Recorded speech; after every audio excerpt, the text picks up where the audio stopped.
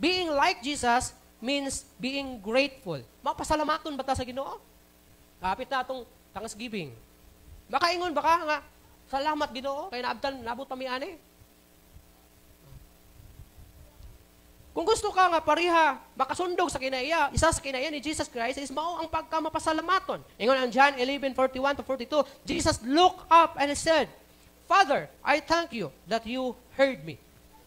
Tanawa, even si Jesus Christ, nag-praise siya, miangat siya sa langit, umingon sa Father, thank you that you heard me. Amahan ko, salamat kay imo kong gidungog. I know that you always hear me. Kabalo ko, nga kanunay kang nakadungog ka nako. But I said this for the benefit of the people standing here.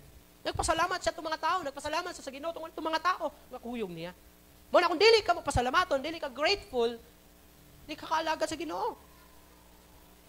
So dapat, aron ka makaalagad sa Ginoo, dapat mapasalamaton ka. Ikaw ang kag-asin, sudanin mo asin, di ka kapasalamat sa Ginoo. Nagsudang kag ginamos, nagsudang kag bulad, di ka kapasalamat sa Ginoo. Gani, dagan kong mga nailhan nga, reklamador. Naunsa naman yung perminti naman, bulad, wag yung kuandri. Isda, bulad lang yung perminti. Instead of pagpasalamat sa Ginoo, kaya nakakaon pag bulad, nakasudang pag bulad, nagreklamo pa. Grateful na lang unta ka. Mapasalamaton na lang unta ta sa kunong saman ang gihatag sa Ginoo sa tuwa.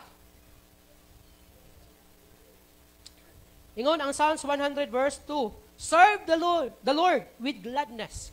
Kung ingon tag gladness, unsa man na siya? Alagari ang Ginoo nga adunay kalipay ba? Dali ka nag-alagad ka sa Ginoo nga gareklamo ka? Daghan mga Kristohanon reklamador biya sa Ginoo. Dapat happy ka. Na mag-alagad sa Ginoo. Malipayon ka nga nag-alagad sa Ginoo, no matter what, mamatay ka nga nag-alagad sa Ginoo, basta kay malipayon ka nag-alagad sa Ginoo. Basig mo reklamo ka. May ka nga nag-full time na noong ko sa ministry, naglisod naman noong ko Ginoo, naunsa naman eh. Dili na. Ayaw sige reklamo. Ingon ang pulong sa Ginoo sa akatuatong gibasa na serve the Lord with gladness. Dapat happy ka. Dili ka bagulbulan. Now, barriers in experiencing gratefulness, mga babag aron dili ka makapadayag sa imong pagkamapasalamaton is comparing and criticizing. Kabalo man ang comparing and criticizing? Usahay, dili lang kayo usahay, kasagaran yun, dili ta kapasalamat sa Ginoo. Kaya to ang gina-compare, ang atong naangkon sa kinabuhi sa uban ng mga tao. Unsa ako pasalamatan sa Ginoo nga wala man koy sakyanan, kining uban na may sakyanan. Sila dapat pasalamat sa Ginoo. Usahay mo criticize ta, may pata nga ang anong gipadato man sa Ginoo, ako pobre man, dugay mo ko nangalagan sa Ginoo, pobre man sila. Matay mga makasala man na. Mo ni hinungdan, nga dili ka kapasalamat sa Ginoo. Dili mo makita ang kaayo sa Ginoo. Kaya ang imong nakita maulang ang uban. O ang imong nakita maulang ang ilang kauswagan ug wa gid nimo nakita kung giun sa kapag-atiman sa Ginoo. Ingon ang Romans 14:4, who are you to criticize someone else's servant? The Lord will determine whether his servant has been successful. So, kinsa daw ka? Nga mo criticize sa alagad sa Ginoo. Kinsa daw ka? Nga ang Dios man daw ang mo determina whether kung ang yaba daw ang servant successful. Dili ta maghilabot sa uban. Dili ta i-criticize. Now, wrong motivation. Kung sa man ang wrong motivation?